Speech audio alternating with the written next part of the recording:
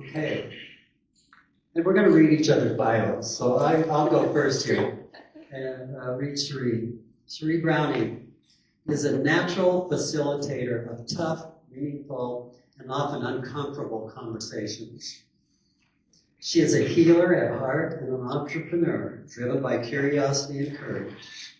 A quote from Sherèe is, "I'm not afraid to take risks, constantly evolve or explore new paths, whether in business, in life, or out in the world." She is an eco-minded and adventurous explorer.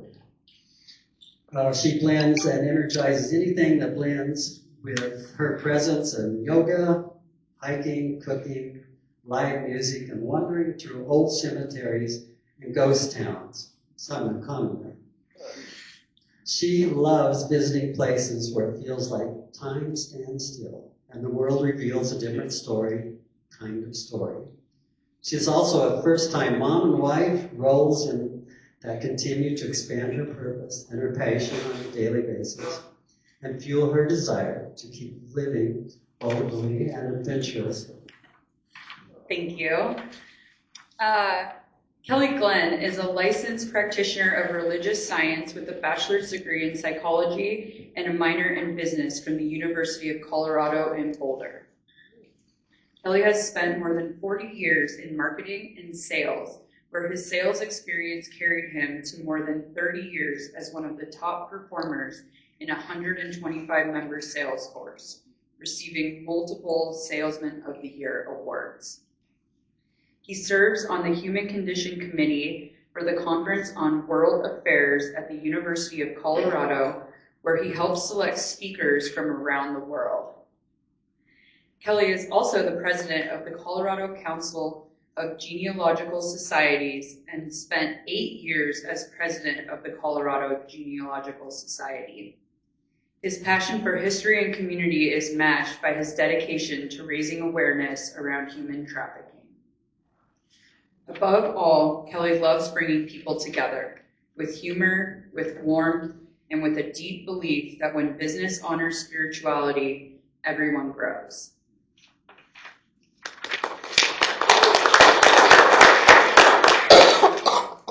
So how this came about with Sherèe today, I ran into her at Pride Fest, and she had her little booth on Beatrice cremation. And it was fascinating. She was explaining this to me, and it's probably 90 degrees, and we're sweating all over and paint on our faces. I discovered a lot about her in that she was written up in a magazine article, and I saw this article in her spiritual calling, which is our title today, Answering the Call. What spiritually, or what happened in your life that called you to do what you're doing today? And I read this and I thought, this is perfect for BHS, a spiritual calling. And I'll share some of mine today also. But we'll just start here to telling you a little bit about your background and history, and we'll move on up into financial and your awakening. Awesome. I look forward to sharing with everybody. Oh, am I going? Sorry. All right. So for me, I think from a very young age, I always felt a little bit deeper of a calling and a connection. I remember when I was like 6 years old, we were driving in the car, and I'm like, "Mom, why are we here?" And she's like, "What do you mean? We're driving to Kmart." And I'm like, "No, like, why are we here? What is this meaning of life?" You know, she just always tells me about how I was always pondering these really deep thoughts around our meaning and my purpose and things of that nature. And, I would say my childhood was kind of two sides of the same coin in a sense. Very charmed for probably the first 10 years. We grew up with a lot of love. And then my parents divorced when I was 11, and things kind of flipped to the opposite direction. And within 3 years, we were, homeless. And, I grew up very, very quickly. But I do remember that my mom always kind of pushed on us to treat people the way that you want to be treated. And so for me, I knew at a very young age that being of service, helping people, connecting people, was really important to me, just kind of a driving force in my life. And I look back and I think at that time, I probably was the one that needed support and help in a sense. So that's just kind of how I naturally showed up for people around me. You know, my sister and I were always the ones to stand up for the kids that are getting picked on and befriend everybody and see the good in people and really kind of just put the energy out into the world that you're hoping to see come back to you. Not because you expect anything to come back to you, but that's just how I am authentically and as my most genuine self, I would say. So I see the theme of service building here, and then we move on, and you decide that you like the financial business and working in the financial industry. So you developed that. Tell us a little bit about how that happened and your direction there and what led you there. Sure. Well, yeah, I would say before that, back in my early 20s, I was going to school. I decided that I wanted to go to school for nursing.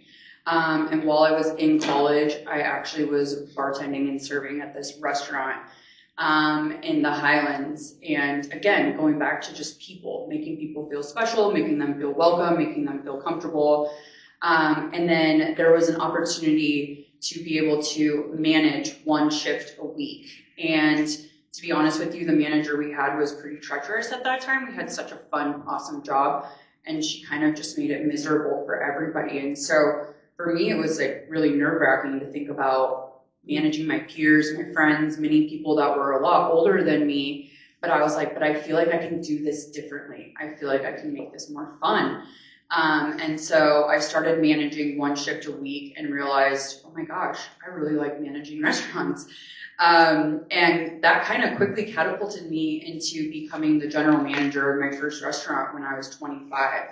Needless to say, I didn't finish school for nursing. It didn't even feel like kind of part of my calling. And I think that's something that I can kind of pride myself in now, is the fact that it's not necessarily giving up. It's just understanding when your path is leading you in a different direction. I think sometimes we can be so focused, laser focused on what we think we should be doing and what we're trying to make happen for us, that we can kind of miss these different blessings and callings as they come. And so I pivoted and spent 8 years GMing restaurants, building very successful, awesome, more like Mexican restaurant, taco bar type, tequila, mezcal restaurants.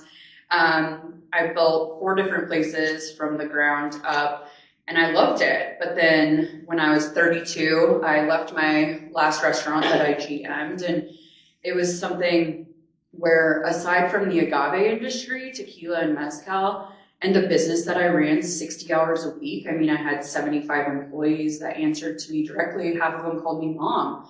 I didn't know who I was at all. I was pretty lost. And so at that time, I decided that I was going to take some time off work and just really get in touch with my spiritual and personal side.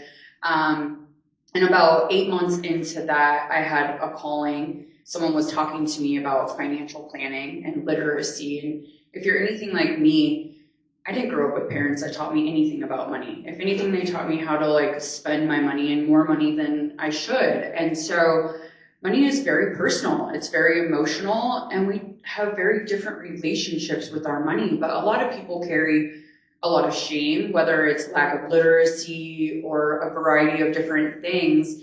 And again, I thought, how can I change this for people? How can I help people have different relationships with their money? And so I spent about 6 months getting various different licenses as I was bartending again part-time, because if anybody's ever worked in the restaurant industry, you know that you never fully get out. It always kind of draws you back in some form or another. And again, for me, I genuinely enjoy it. I like throwing a party. I like making people feel welcome and cared for in that sense. Hospitality is really important to me. And if you've ever worked in a restaurant, you know it's also like taking a living psychology class, learning how to deal with all different types of people all the time. And so, I'm focusing on building this wealth management program, and really my emphasis was educating and empowering overlooked and underserved communities and industries. I have a lot of friends who are tattoo artists, hairstylists, creative types that make great money but have no idea how to manage it.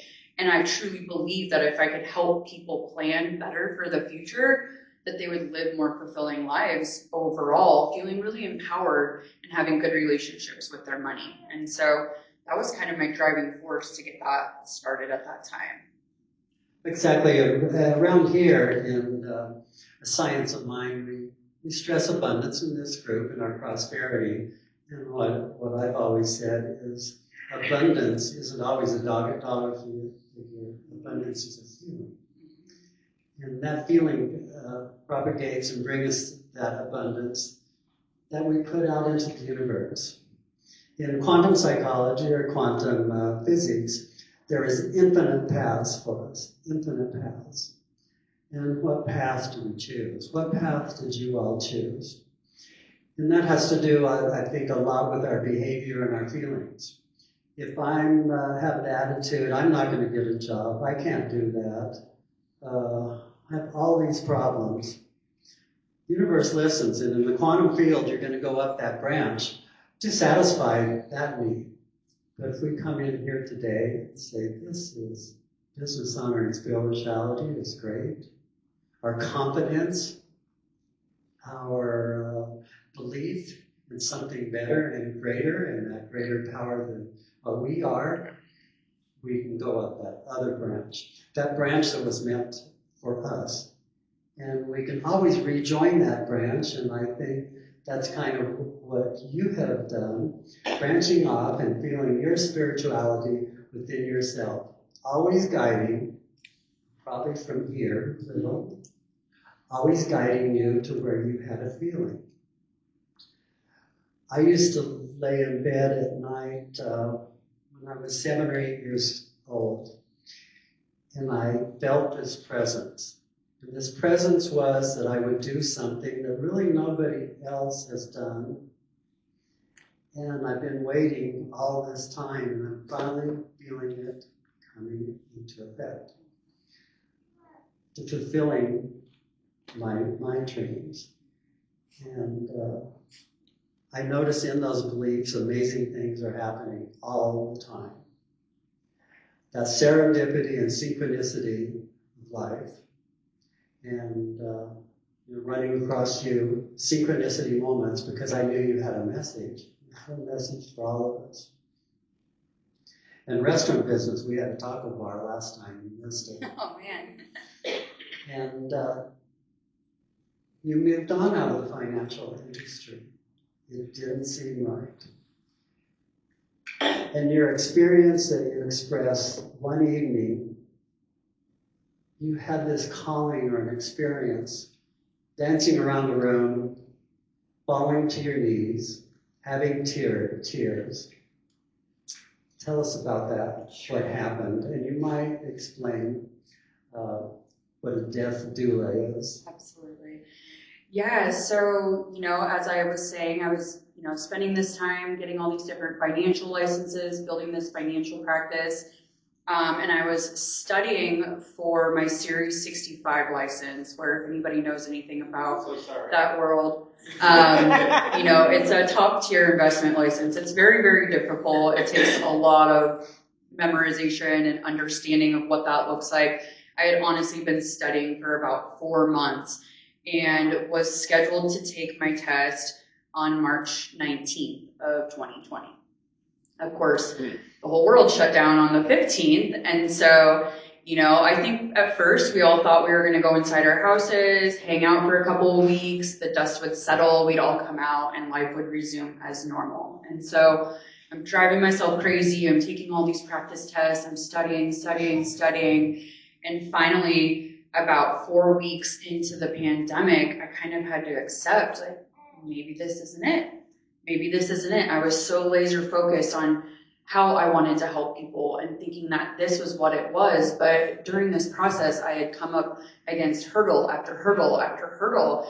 And, for me, being on my own since I was 15, living on my own, working, I've really never had the opportunity to kind of slow down and really think about what I want. I think a lot of my life was in survival mode, and I feel thankful that I was also aligning with my calling, my spirituality.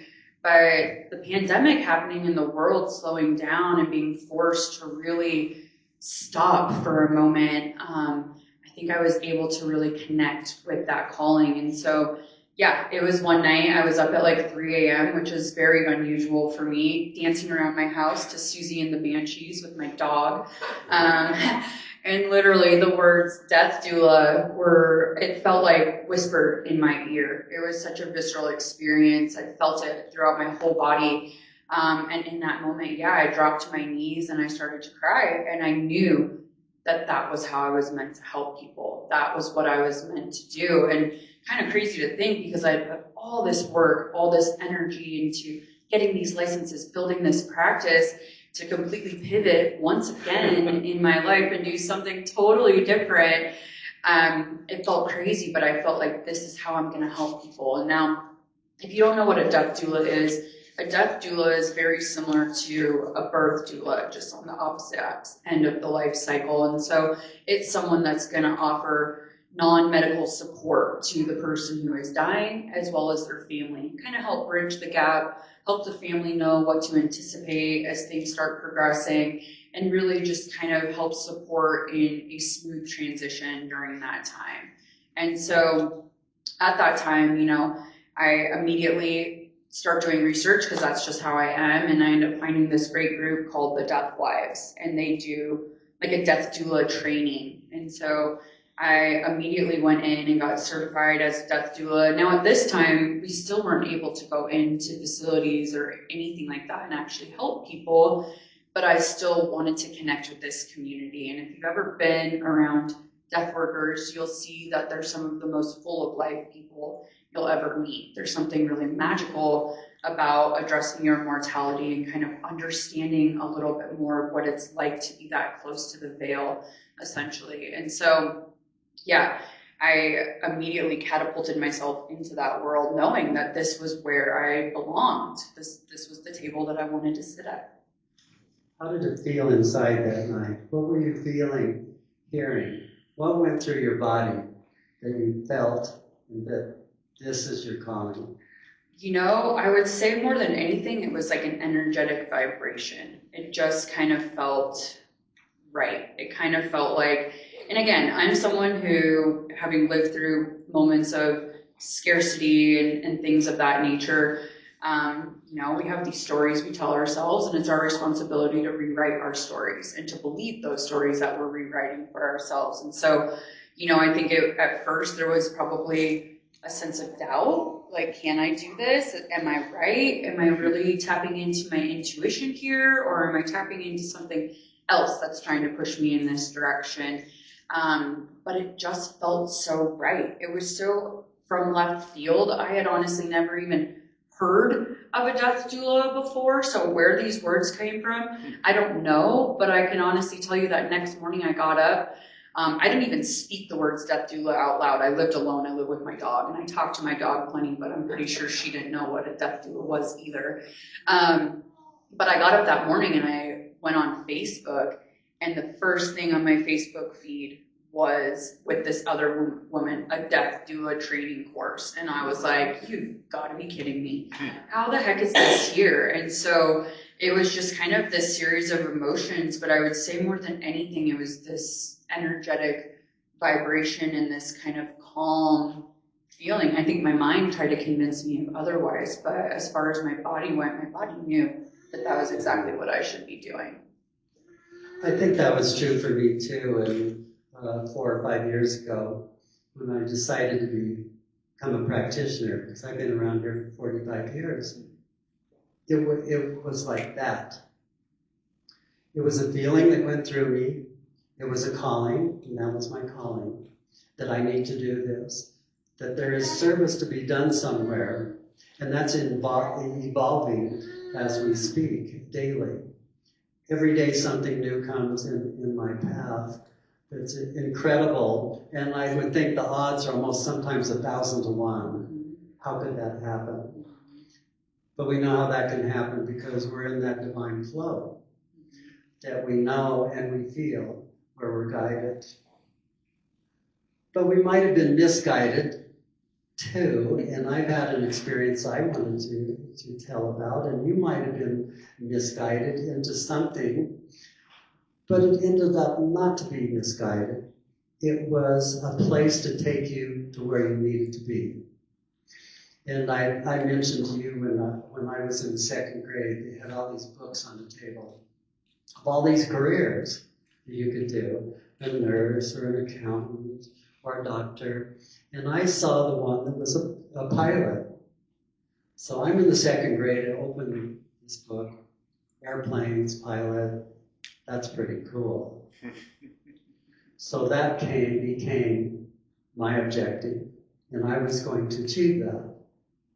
So when I was 15, I took flying lessons, and you can't solo till you're 16. So I was just waiting. So I turned 16, I got to fly that plane by myself, and it scared me big time.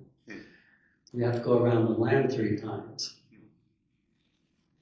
And then I went on to, as I was in Boulder at CU, to get my private pilot's license at Jeffco, it was called Jeffco Airport back then.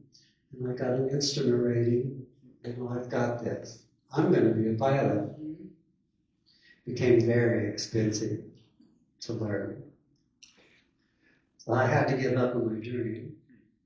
That was the second dream I gave up on. The first was being a music educator. I was in music school at the University of Colorado. So we have 2 down things now. But how did that evolve?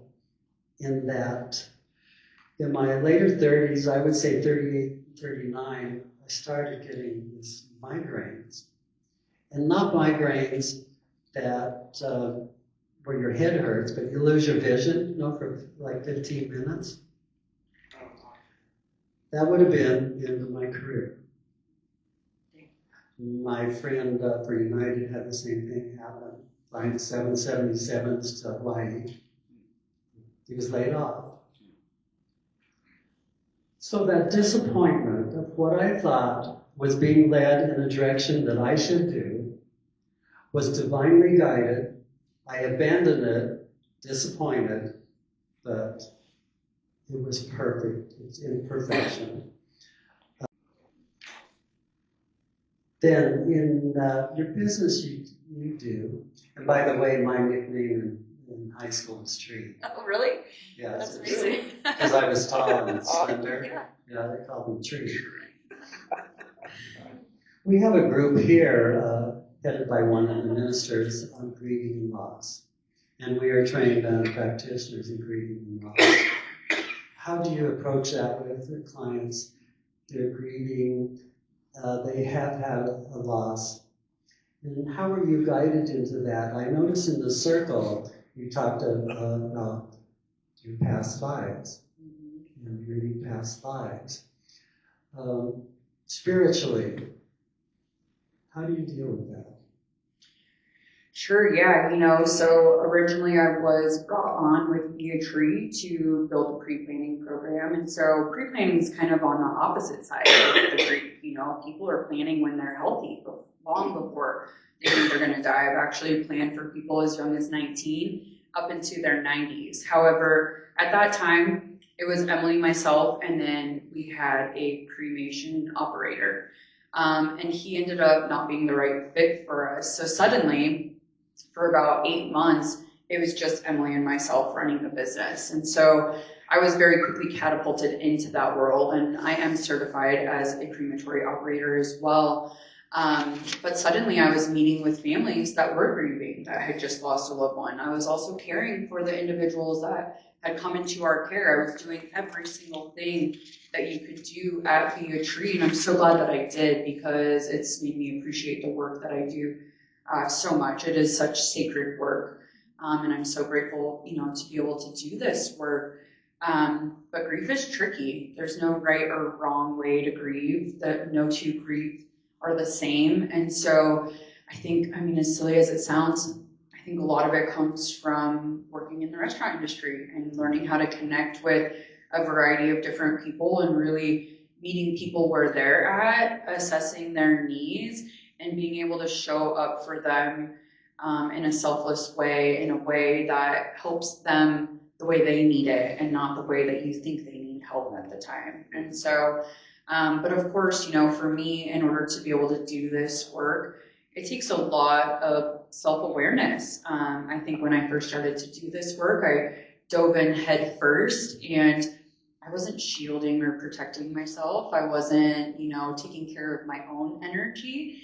And I think I learned that lesson very quickly. So making sure that, you know, I'm taking care of me on a spiritual level is extremely important. And that's where a lot of that yoga comes in, time in nature, things that really fill my cup that allow me to show up fully present for the people that I'm working with and supporting through this process. Death is a funny thing because only 60% I understand of people even plan. And you run into families, and maybe all you have a death in the family. Nothing in place. I was particularly liked a couple quotes from you. One was, I was determined to ditch the old ways of using fear-based tactics, shame, pressure, and instead educate people, create lasting relationships, and change the way pre-planning is done. How have you seen that change? And what have you done in pre-planning? And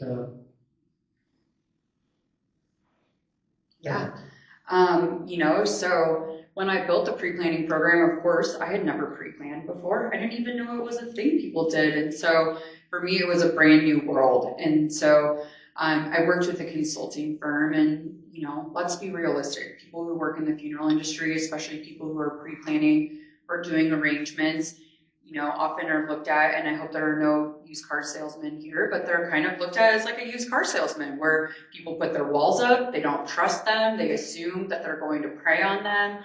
And, you know, I worked with this consulting firm, and they would say, well, you know what, Sherèe, you need to do A, B, C. And I would turn around and do X, Y, Z. I'm like, I'm not going to guilt people into making these decisions. And if they're anything like me, we all put enough pressure on ourselves as it is. I'm here to support people. I'm here to encourage people. Having those conversations is extremely courageous. And so for me, if someone's choosing our small business to care for them when they're no longer here to advocate for themselves, I want to make sure they feel really well informed. I want to make sure they're educated. I want to make sure they're feeling empowered so that they walk away from that meeting not feeling like, gosh, why did that person focus so much on selling? I mean, in all reality, sometimes I think I'm a bit in denial that I'm even in sales. If anything, I just like to connect with people and help them assess their needs and what that looks like. And so for me, I just felt like, you know, in the United States, you kind of lack death culture in general, especially if you've ever been to other countries and seen the way other countries will honor their loved ones who have passed and such. And for me, it was actually when I worked in the tequila industry, when I was managing restaurants, and I was in Mexico and experienced Dia de los Muertos firsthand for the first time. And seeing just this very, very religious community that believes in this very spiritual holiday, and they talk about their loved ones who have passed and just embrace things so differently. And you kind of realize that here in the United States, you know, life is very linear and death feels very final. And I think that it can kind of create a lot of different feelings, emotions, anxieties around the inevitable unknown. And in all reality, life and death are very much hand in hand, and life is this beautiful cycle. And I truly believe that addressing your mortality is very empowering. It gives you power. There's something very cool about acknowledging the fact that someday we're all going to die.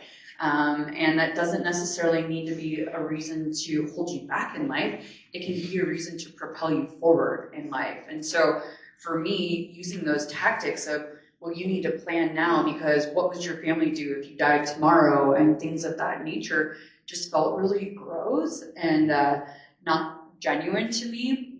And so I really just approached pre-planning on educating people and making them feel really good, so that when they left that experience, that process, not only would they feel really proud of themselves for going through that process, but I often say, like, you just planned your funeral. What do you have left to do? Live, and go live your life abundantly, and oftentimes outside of your comfort zone, because you see this invisible weight lift off people's shoulders that they often don't realize that they're carrying around, worrying about when their time is coming. And the reality is, we don't know what tomorrow holds, and it's part of the magic of what makes life so beautiful, is that not knowing. But there's true power in knowing that you've made those decisions for yourself. You're going to have exactly what you want that experience to look like. Your family doesn't have to worry about those things, and now you can go live your life and go do all the things that you may have not done before you went through that process. So I found in my sales, it took 40 years, and the last 30, I was always very successful, as in my bio at the top of the sales, in a huge company with 20 stores. And it was learning to listen, and they'll tell you exactly what they want and what they need. And I'm sure all of you are familiar with this, with listening to people. When they would come in our business, I learned in about 1.5 minutes, 2 minutes, I could feel and know what they wanted. And then I could guide them and save them a lot of time in their purchasing. And it was a lot of honesty and integrity. I can tell you, I mentioned I was in the lead school of business. It wasn't called the lead school back then in Boulder as my minor in business. And I took a salesmanship class, and I was flunking it. What could be so hard about sales? I think I wanted to think outside the box of going through the steps of sales, answering objections, of course, which we do. In answering objections in my business, I knew more about other businesses than their own employees knew. If I'd walk into their business, I could tell them more about their business. So I could answer objections easily, and I was honest, but I was never really a hard closer. And I might lose them the first time, but you know what? They would go out in the field and they would shop, and they would think, this is bullshit, I'm going back to Kelly. And they would come back, and I would get those sales. So being told when I was 21 years old that I couldn't be a salesman, so what happened, I took that class pass-fail, changed it to pass-fail. But look what I was told I couldn't do. And yet, I never thought I would be in sales, and I never thought I'd be that good at it. And it's coming from the heart and integrity, and no matter what your industry is or what you do, people feel that. And they pick up on it, and they feel safe with you. And I think that's what it takes. And I would like to take all of my experience over the years and actually write about it on salesmanship, because I think many do it the incorrect way. People do not like to be pushed these days. They'll walk on you. They don't want to be told. Or the fear tactics I mentioned in your quote. They don't want to hear fear tactics and manipulation. So I love your expression and how you handle it. And I got to tell you, maybe you'll hire me, because have anybody heard of the strong vocational test? You take it in college. It tells you what your vocation is supposed to be. Or could be. Mine was music, but at the top of the list was, guess what? Funeral director. Oh, so interesting. That's amazing. And I couldn't figure out why did it come to that with all these questions that you answer on this test. And I think it's coming from feeling and compassion. And somewhere in that test, pick that up. And that I could work with grieving people. So besides also hanging out in cemeteries like you do, many of you probably don't know here my expertise in genealogy and cemeteries. I've recorded over 12,000 gravestones in the mountains because they get weathered and they're lost. I took 12,000 pictures. And they're all categorized on Find a Grave these days. That was quite a process. We have time for one more quote here. Great. I love your quotes. Thanks. Particularly about risky. Taking risks. We've all taken risks. Many people that have failed have become millionaires over and over again. They can take the risk and they know the system. Your quote, starting your own business is always risky, while chasing your dreams and life purpose is often riskier. Life is risky. It's a human experiment, isn't it? No matter what.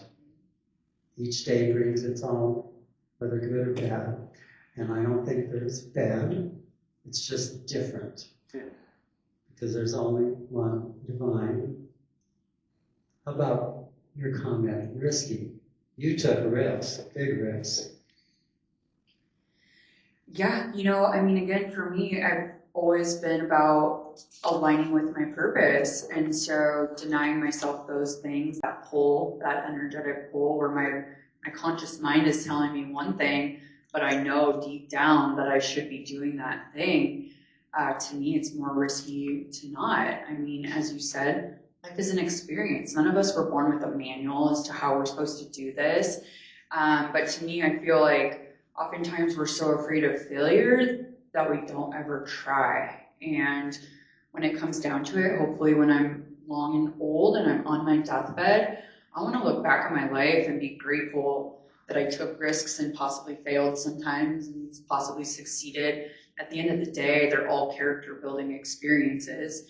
But I do truly believe that if I continue to show up from a place of service, my true calling, my true purpose, the money comes, the experience comes. And to me, I think that personal evolution is kind of like a never-ending spiral staircase where, one door opens and I walk through it. I'm never going to close that door, but I'm going to keep going up. And that's kind of, even where pre-planning and death work evolved me into stepping into more of the space as a healer and then getting certified as an advanced spiritual hypnotherapist. And I think I'm a bit of a forever student in that sense. I feel like I'm not growing if I'm not learning. Maybe part of, my childhood, things being a little bit chaotic, I kind of enjoy that feeling of taking risks in the unknown because I think I'm most comfortable outside my comfort zone. And so for me, pushing myself forward, allowing myself to fail, but knowing that I'm going to get up, I'm going to learn a lot from it, and I'm going to continue figuring out exactly what makes Sherèe is what's truly important to me at the end of the day. Very well said. Sherèe, thank you for being with us today. Are there any questions for Sherèe or myself? Comments while we're still up here? David. How did you deal when things didn't go so well? How did you deal with the fear associated? Sure. I think that's something that still kind of can happen on a pretty regular basis. And a lot of it comes down to believing that I deserve the life that I worked so hard for.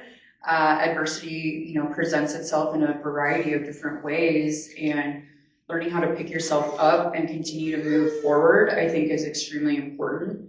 Believing in myself, but also surrounding myself with incredible like-minded people that when I might feel down or feel bummed out because things aren't quite going the way that I hope they would, are kind enough to remind me of all the great that I am accomplishing and everything that I'm doing, and to encourage me to keep moving forward. And so I think sometimes when I don't always have the strength to kind of believe that for myself, I'm fortunate to have really great people that I can also lean on for that encouragement as well. Great. Thank you again. And Pete has a question. So, thank you for being here and sharing your story. So we're here for connections and hope to have a takeaway from the speakers. And there's obviously the spiritual aspect. we're also here for business. So my question is, and I know nothing about your business, is there something that you can share that is practical, hands-on? I mean, we talk about sales, there's marketing. How are you attracting business that some of us might be able to pick up? Hey, I like that. That might be something I can, piggyback off of, or even copy. Yeah, absolutely. I appreciate that. Again, kind of going back to that piece of education, educating people. We don't all know what we're getting into, whether we're buying a house or planning for a funeral, things of that nature. And oftentimes, unless you know the right questions to ask, you might not be given all of the information. And so something that's really big with Be a Tree is transparency, whether it's transparency in our pricing, transparency in our overall mission and approach to business. And so something that we do is we have a monthly open house, whether it's at our crematory or at our ceremony space, where we invite people to come by and see our space, meet us in person, which can often be very disarming for people, and then be able to kind of see things firsthand so that they know that first and foremost, we're here to serve them and do it in a way that makes them feel really well informed. Thank you. Mm-hmm. Absolutely. Again, thank you, and I hear somebody needing you, but let's give Sherèe a big hand here. Thank you so much.